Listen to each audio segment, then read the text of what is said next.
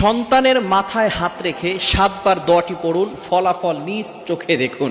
অনেকেই আছে সন্তান যদি নষ্ট হয়ে যায়, প্রত্যেকটা পিতা মাতাই চায় যে আমার সন্তান যাতে করে আদর্শ সন্তান হতে পারে, আমার সন্তান যাতে করে বেস্ট সন্তান হতে পারে।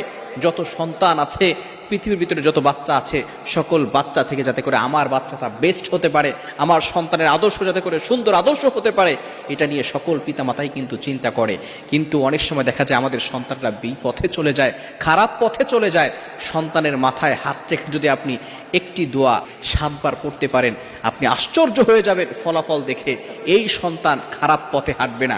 সন্তানের মাথায় হাত রেখে ইয়া আল্লাহু ইয়া বাররু, ইয়া আল্লাহু ইয়া বাররু, এই ছোট্ট দোয়াটি, ইয়া আল্লাহু ইয়া বাররু, অনেক বড় দোয়া না, ছোট্ট 2টা নাম, এগুলো পড়ে সন্তানের মাথায় 7 বার পড়বেন। দেখবেন ইনশাআল্লাহ আল্লাহ তাআলা ওই সন্তানকে